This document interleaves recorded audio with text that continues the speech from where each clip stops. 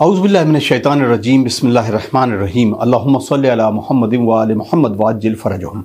معزز ناظرین السلام علیکم ورحمۃ اللہ وبرکاتہ۔ آپ کا میزبان اطہر کاظمی ایک بار پھر آپ کا خیر مقدم کرتا ہے۔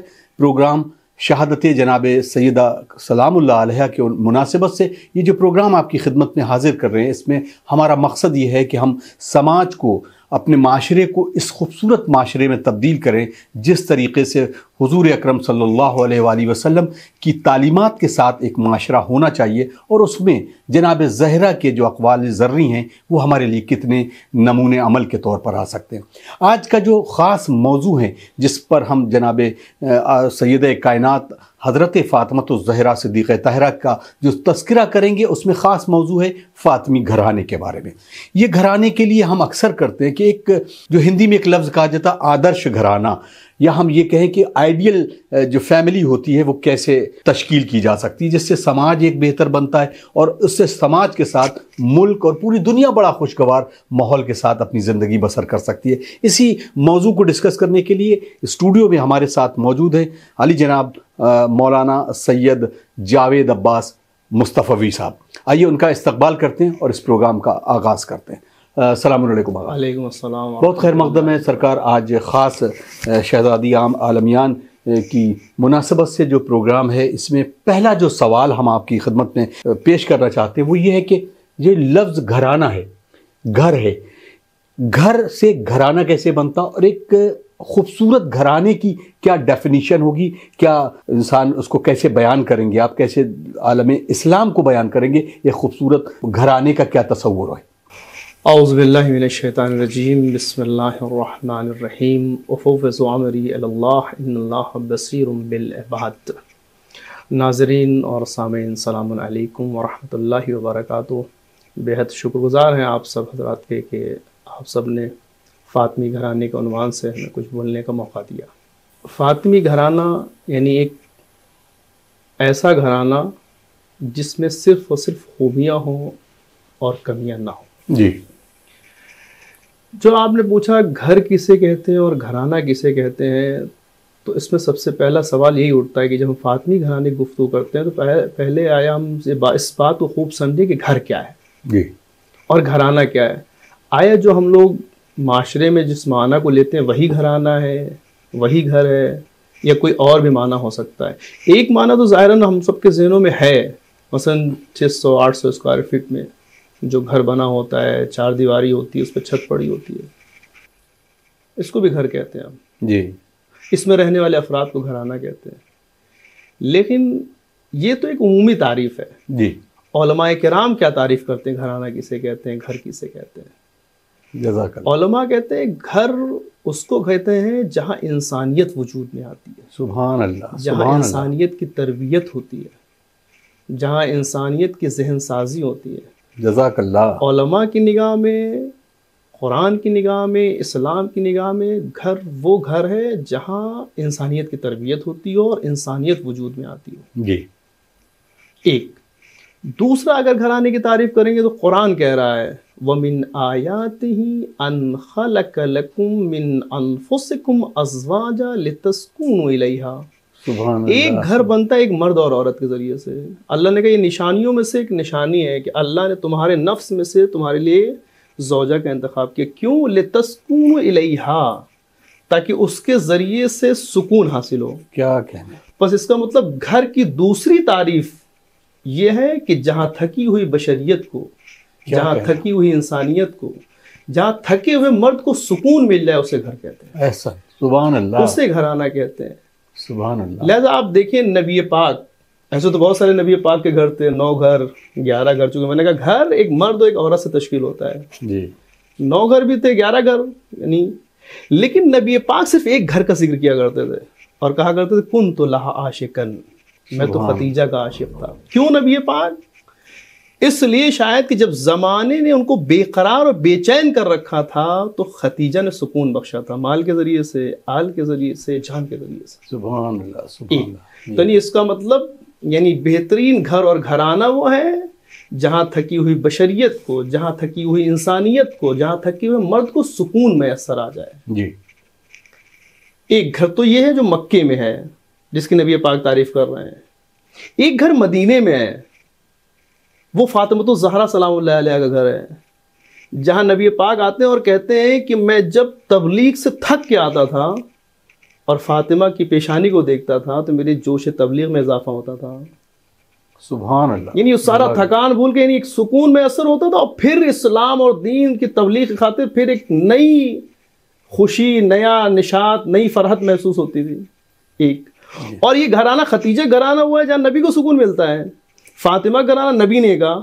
علی کیا کہتے ہیں؟ ایزا نظر تو الیہا، جب بھی میں فاطمہ کے چہرے پر نگاہ کرتا تھا، بنت رسول کے چہرے پر، فَتَكْشَفُ عَنِ الْحَمِّ وَالْغَمِّ، میرا ہم اور غم دور ہو جاتا تھا. کیا کہنا، سبحان اللہ. یعنی اس کا مطلب یہ ہے کہ ایک عمومی تعریف سے ہٹ کے خاص تعریف وہ ہے جس کو گھر کہتے ہیں، گھرانہ کہتے ہیں، جہاں تھکی ہوئی بشریت کو سکون مل جائے، تھکی ہوئی انسانیت کو سکون مل جائے. اور ایک شوہر جب باہر تھک کے محنت مزدوری گھر کر کے جب گھر میں تشریف لائے، واپس آئے، تو اسے اپنے گھر میں ایک ایسا ماحول ملے تاکہ وہ باہر کا ہم و غم بھول جائے اور ایک سکون والی زندگی گزارنے لگے. بس آپ غور کریں، خدیجہ کا گھر وہ ہے جہاں نبی پاک کو سکون مل رہا ہے، لیکن فاطمہ کا گھر وہ ہے جہاں نبی کو بھی سکون مل رہا ہے، نبی کے وصی کو بھی سکون مل رہا ہے. سبحان اللہ، سبحان اللہ. بہت خوبصورت. اگر کیونکہ ہم اب بالکل اسی سوال کی طرف بڑھ رہے ہیں کہ اب ظاہر سی بات، ایسے گھرانے کی تشکیل کے لیے ہماری جو ذمہ داری ہے کواتین کی چاہے کہ مرد کی، اور زن و شوہر میں اب کس طرح کی چیز ہونا چاہیے کہ جو اس طرح کے گھرانے کو تشکیل کرے، یا اس طرح کے جو گھرانے کے ساتھ ساتھ معاشرے کو تشکیل کرے، وہ کیسا گھرانہ ہونا چاہیے؟ دیکھیے، اگر قرآن کریم میں ہم گھرانے پہ جائیں، جی، کس طرح کے گھرانے ہوتے ہیں، کس طرح کے گھرانے کو قرآن کریم نے ذکر کیا ہے، تو جب اپنی لائف میں بھی دیکھتے ہیں 4 طریقے گھر بن سکتا ہے، اس کے علاوہ 5واں کوئی تصور نہیں ہے. ایک، چونکہ گھر میں نے سب سے پہلے کہا کہ گھر ایک مرد اور ایک عورت سے بنتا ہے، تو ممکن ہے کبھی مرد خراب ہوگا، کبھی عورت خراب ہوگی، کبھی مرد اور عورت دونوں خراب ہوگا، یعنی زوجہ اور شوہر دونوں خراب ہوں گے، کبھی خالی زوجہ خراب ہوگی، کبھی شوہر خراب ہوگا، کبھی زوجہ اور شوہر دونوں اچھے ہوں گے. جی، تو یعنی یہ 4 تصور ہے ایک گھر کا. یعنی کبھی عورت اچھی ہے، یعنی زوجہ اچھی ہے تو شوہر خراب ہے، شوہر اچھا ہے تو زوجہ خراب ہے، کبھی شوہر بھی برا ہے، زوجہ بھی بری ہے، اور کبھی شوہر بھی اچھا ہے، زوجہ بھی اچھی ہے، پوری فیملی اچھی ہے. جی.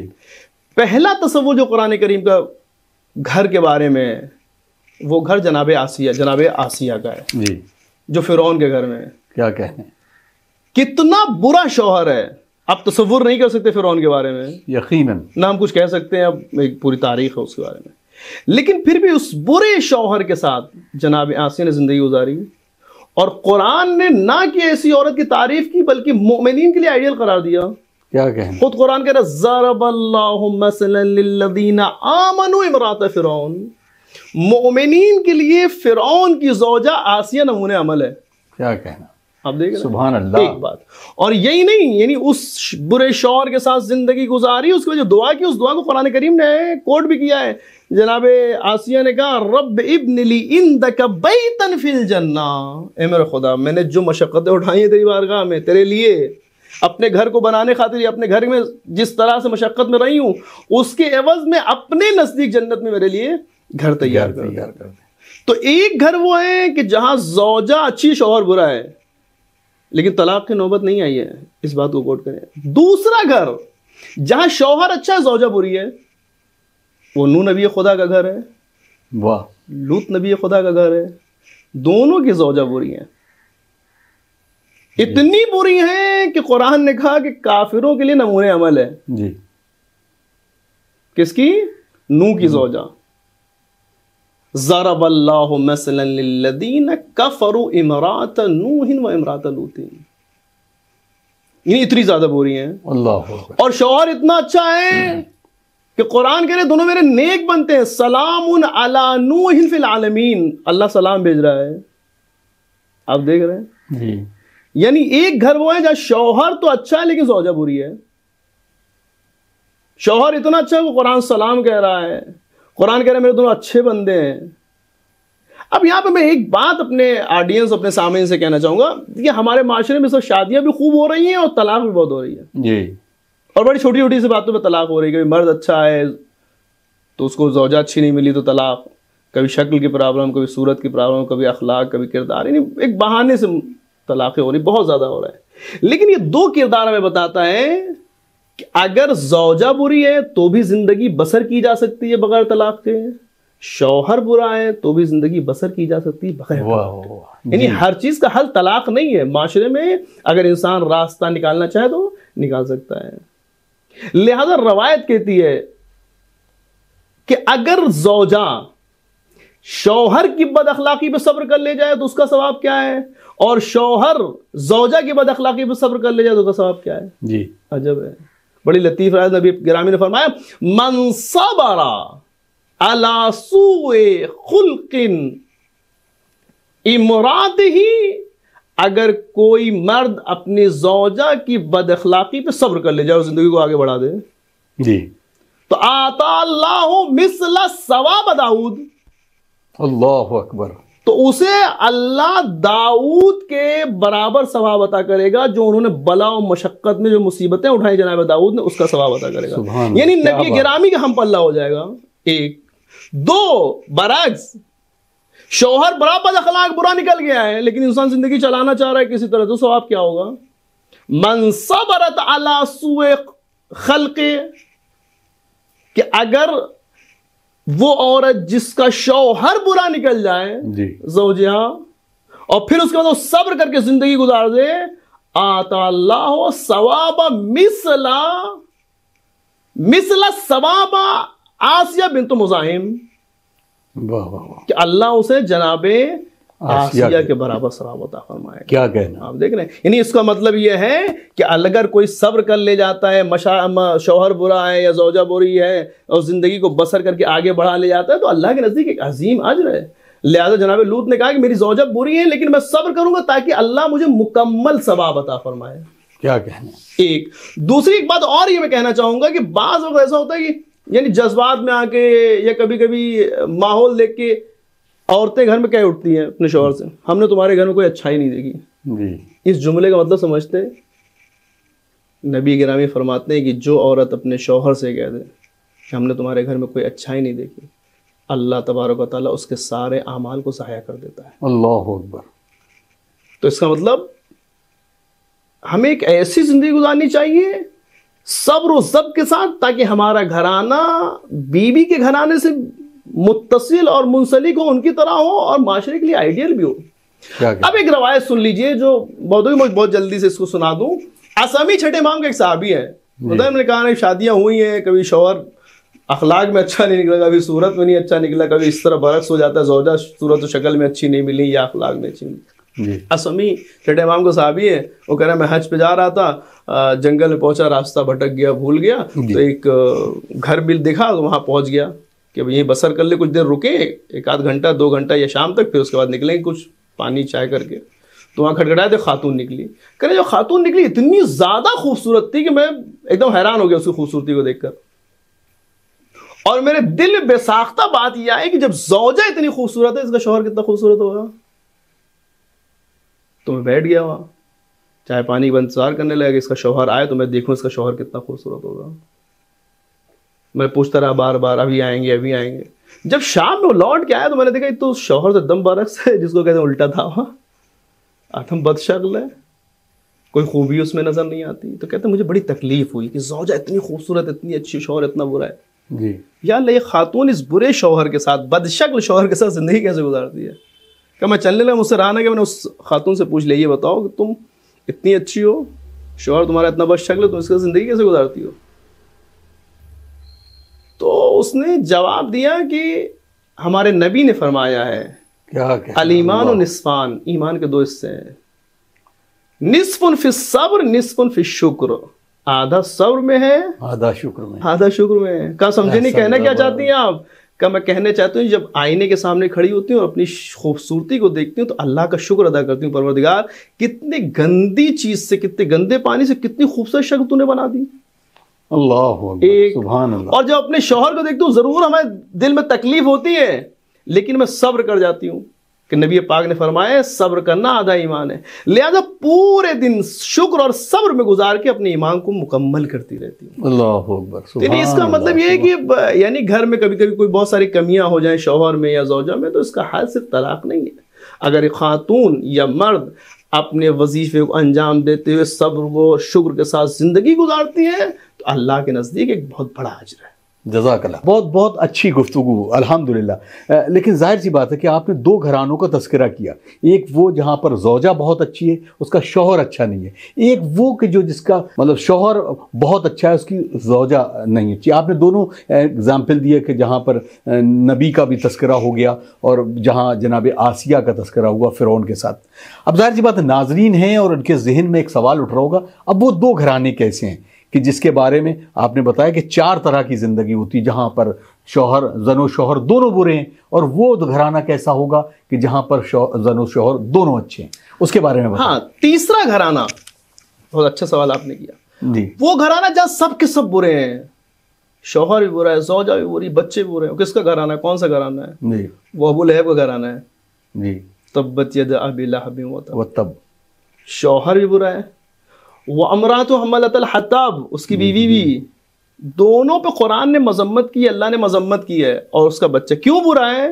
چونکہ یہ نبی کے دشمن تھے، اہل نبی کے دشمن تھے، جی، لہٰذا وہ گھر جہاں نبی کے دشمن پائے جاتے ہوں، اہل نبی کے دشمن پائے جاتے ہوں، وہ گھرانہ سب سے زیادہ برا ہے۔ اچھا، ان دونوں کے بچے بھی نبی گرامی کے دشمن تھے، جی، یہ نہ نبی کو مانتے تھے نہ نبی کی مانتے تھے، رسول اللہ کو رسول اللہ نہیں مانتے تھے، اور رسول اللہ جو کہتے تھے وہ اس کو بھی نہیں مانتے تھے۔ تو سب سے برا گھرانہ ابو لہب کا گھرانہ ہے۔ اب آئیے سب سے بہترین گھرانہ کون سا گھرانہ ہے؟ جی، ایک ایسا گھرانہ ہے جہاں سب اچھے ہیں، جہاں سب سچے ہیں، جہاں سب پاکیزہ ہیں، جہاں سب طیب و طاہر ہیں، سب شجاع ہیں، سب بہادر ہیں، سب سخی ہیں، سب مجاہد ہیں، سب عابد ہیں۔ کیا کہنا؟ وہ گھرانہ کون سا؟ وہ فاطمی گھرانہ ہے، جہاں شوہر بھی اچھا ہے، زوجہ بھی اچھی ہے، بچے بھی اچھے ہیں، بچیاں بھی اچھی ہیں، سب سچے ہیں، سب نیک ہیں، سب اچھے ہیں، سب عابد ہیں، سب عالم ہیں، سب فاتح ہیں، سب شجاع ہیں۔ کیا کہنا؟ ایسا گھرانہ جو پوری دنیا کے لیے نمونے عمل ہے۔ فاتح ایسے ہیں کہ اگر شوہر میدان میں جائے تو فاتح خیبر ہے، جی، زوجہ میدان مباہلہ میں جائے تو فاتح مباہلہ ہے، بچے کربلا چلے جائے تو فاتح کربلا ہے، بیٹی اگر شام چلی جائے تو فاتح شام ہے۔ اتنا بہترین گھرانہ کہ قرآن کریم نے اس گھرانے کی تعریف میں پورا سورہ حلقہ نازل کیا ہے، یطعمون الطعام علی حبہ مسکینا و یتیما و اسیرا۔ واہ واہ واہ واہ، اتنا بہترین گھرانہ کہ قرآن متعدد جگہ پہ کہہ رہا ہے انما یرید اللہ لیذھب عنکم الرجس اہل البیت ویطہرکم تطہیرا قل تعالوا ندعو ابناءنا وابناءکم ونساءنا ونساءکم وانفسنا وانفسکم سبحان اللہ، سبحان اللہ، نبتہل ثم نبتہل فلنجعل لعنت اللہ علی الکاذبین۔ اتنا سچا کہ جھوٹوں کے مقابلے میں کسی کو لے جانا ہے تو ان کو لے جانا ہے۔ اتنا بہترین گھرانہ ہے کہ نبی پاک جا کے اس گھر پہ سلام کر رہے ہیں کیا کہنا؟ اور کہہ رہے ہیں علی جیسا گھرانہ تمہارا ہے ویسا گھرانہ ہم کو بھی نہیں ملا۔ جزاک اللہ۔ عجب جملہ ہے حدیث کا، اے علی جیسے سسر تمہیں ملے مجھے بھی نہیں ملے، جیسے زوجہ تمہیں ملی مجھے بھی نہیں ملی، جیسے بچے تمہیں ملے مجھے بھی نہیں ملے۔ یہ 4 گھرانے جو میں نے آپ کے سامنے رکھ دیے۔ اب سوال ہے کہ اپنے گھرانہ جو فاطمی گھرانہ اس کا طریقہ کار کیا تھا کہ ہم اپنے گھرانے کو اس گھرانے سے متصل کر سکیں۔ ایک فاطمی گھرانے کے صفات میں ایک صفات ہی کہ قرآن کریم کی زیادہ تلاوت ہے۔ سبحان اللہ۔ خود بی بی فاطمہ زہرا سلام اللہ علیہ فرماتی ہیں میں نے دنیا سے 3 چیزوں کو پسند کیا ہے، تلاوت کتاب اللہ، والنظر فی وجہ رسول اللہ، والانفاق فی سبیل اللہ۔ سبحان اللہ، کہ سبحان اللہ۔ ایک جو چیز پسند کی ہے اللہ کی کتاب کی تلاوت، رسول اللہ کے چہرے کی زیارت، اللہ کے راہ میں زیادہ خرچ۔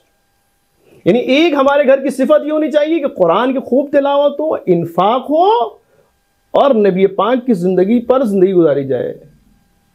واہ، اب آئیے ایک صفت ہمارے گھر کا اگر ہم چاہتے ہیں ہمارا گھرانہ فاطمی گھرانہ تو ہمارے گھر میں قرآن کریم کی زیادہ تلاوت ہونی چاہیے۔ بہت سارے ہمارے علماء گزرے جن کے گھر میں کبھی تعطیل نہیں ہوتی تھی، چھٹی نہیں ہوتی تھی، پورا کا پورا گھر نہیں سوتا تھا، پورا کا پورا گھر شادی بیاہ میں نہیں جاتا تھا۔ ایک کوئی بشر ضرور ہوتا تھا جو ہر وقت تلاوت کرتا تھا۔ اللہ اکبر۔ وہ کہتے ہیں بہت سارے علماء ہیں جن کی زندگی میں اس طرح کی ہے کہ یعنی کہتے ہیں بعض لوگ سوتے ہیں تو بعض لوگ جگ کے عبادت کرتے تھے تاکہ اللہ کا ذکر ہوتا رہے اور گھرانہ بہترین گھرانہ بنے. ہمارا حال یہ ہے کہ سو گئے پورے کا پورا گھر سو گیا, پورا گھر شادی میں چلا گیا, پورا گھر بیاہ میں چلا گیا, کوئی چھوٹے سے فنکشن پورا گھر اپنے گھر میں تالا لگا دیا. ہمیں سوچنا پڑے گا آج کے دور کے حساب سے بھی جی کہ جہاں ضرورت ہو جہاں تک کوشش کریں جو واجبات ہے اس کو ادا کریں. جا کے شادی بیاہ جتنے لوگ کو ضرورت ہے کہ 2 لوگ جا کے واجب ادا ہو جاتا ہے تو ادا کریں, باقی بچے رہیں گھر میں, وہ اپنے پڑھائی لکھائی ذکر یہ ساری چیزیں کرتے رہیں. ایک دوسری چیز بیوی کے گھرانے کی جو خاصیت ہے اظہار محبت ہے. ایک گھرانہ مستحکم اور مضبوط اور اچھا تبھی بن سکتا ہے جب ایک دوسرے کے ساتھ اظہار محبت ہو. بے شک نبی پاک جب بھی حسن و حسین کو دیکھتے تھے قرۃ عینی ثمرۃ فؤادی, یعنی اظہار محبت, اے میرے آنکھوں کی ٹھنڈک, اے میرے دل کے ٹکڑے. فاطمہ زہرا کو دیکھ رہے ہیں, فاطمہ بزۃ منی یا فاطمہ قرۃ عینی ثمرۃ فؤادی بہجت قلبی. اس طرح کے یعنی جب بھی فاطمہ زہرا سے مخاطب ہو رہے ہیں محبت سے مخاطب ہو رہے ہیں. جی اسی طرح جب مولا کائنات دیکھ رہے ہیں یا بنت رسول اللہ, فاطمہ زہرا مولا علی کو دیکھ رہی ہیں نفسی لک الفدا, سبحان تو میری جانیں قربان ہو جائیں. تو یعنی اگر ایک گھرانہ مضبوط بنانا ہے تو اظہار محبت ضروری ہے. تو پس ایک صفت فاطمی گھرانے کی قرآن, دوسری صفت اظہار محبت, تیسری صفت اچھا بولنا. ہمارے ہاں معاشرے میں سب سے بڑی پرابلم گھر کی یہی ہے, جی ہم اچھا نہیں بولتے, تلخ زبانی ہے. آپ دیکھیں حدیث کے ساتھ بھی دیکھیں, جب بھی مولا کائنات آ رہے ہیں السلام علیک یا بنت رسول اللہ, سبحان اے نبی کی بیٹی آپ پہ سلام ہو, اے اللہ کے رسول کی بیٹی آپ پہ سلام ہو. پلٹ کے جواب کیا ہے بی بی کا, وعلیک السلام یا وصی نبی اللہ, وعلیک السلام یا امیر المؤمنین. اللہ کیا سبحان اللہ سبحان اللہ. وعلیک السلام یا خلیفۃ اللہ. سبحان اللہ. یعنی یہ جب بھی گفتگو آپس میں ہو رہی ہے تو ایک محبت کے زاویے میں ہے. سبحان اللہ. وقت وعلیک السلام, وقت بالکل اجازت نہیں دے رہا. بالکل مختصر سا پیغام کی شکل میں کہ آج کے دور میں ہماری ذمہ داری کیا, بہت مختصر ہے کیونکہ وقت بالکل اجازت نہیں دے رہا کہ تاکہ ہم, کیونکہ ہمارے ہاتھ میں تو وقت کی جو چابی ہے وہ یہیں چلتی رہتی ہے. بس آج کے دور میں یہی ذمہ داری ہماری ہے کہ جو فاطمی گھرانے کے صفات ہیں اس کو ہم اپنا لیں. ہماری زندگی دنیا میں بھی اچھی ہو جائے گی اور آخرت بھی اچھی ہو جائے گی اور بہترین گھرانہ بن جائے گا. ایک میں نے گنایا, میں گنا دیتا ہوں, اور یہی ہماری بات میں قرآن کی تلاوت, اظہار محبت, اچھی معاشرت, اور چوتھی چیز مثبت فکری. سبحان اللہ. ایک دوسرے کے ساتھ مثبت سوچیں, پازیٹیو سوچیں. مشکل گھر اور گھرانے میں وہیں آتی ہے جب انسان منفی سوچنے لگتا ہے. جزاک اللہ, بہت بہت شکریہ آقا. یقیناً آپ نے بڑا قیمتی وقت اور بڑی خوبصورت گفتگو, وقت کی اجازت ہمارے ساتھ نہیں ہے, وقت تمام ہو چلا ہے, اس لیے آپ سے اجازت چاہیں گے. ناظرین آپ دیکھ رہے ہیں پروگرام, اور اس اسپیشل پروگرام میں جہاں ہم شہزادی عالمیان حضرت فاطمہ الزہرا سلام اللہ علیہا کی شہادت کے عنوان سے یہ پروگرام آپ تک نشر کر رہے ہیں. ہمیں دیجیے اجازت, انشاءاللہ اگلے ایپیسوڈ میں پھر کسی ایک عالم دین کے ساتھ خاص موضوع اور خاص سوالوں کے ساتھ حاضر خدمت ہوں گے. والسلام علیکم ورحمۃ اللہ وبرکاتہ. اللہم اجل ولیک الفرج.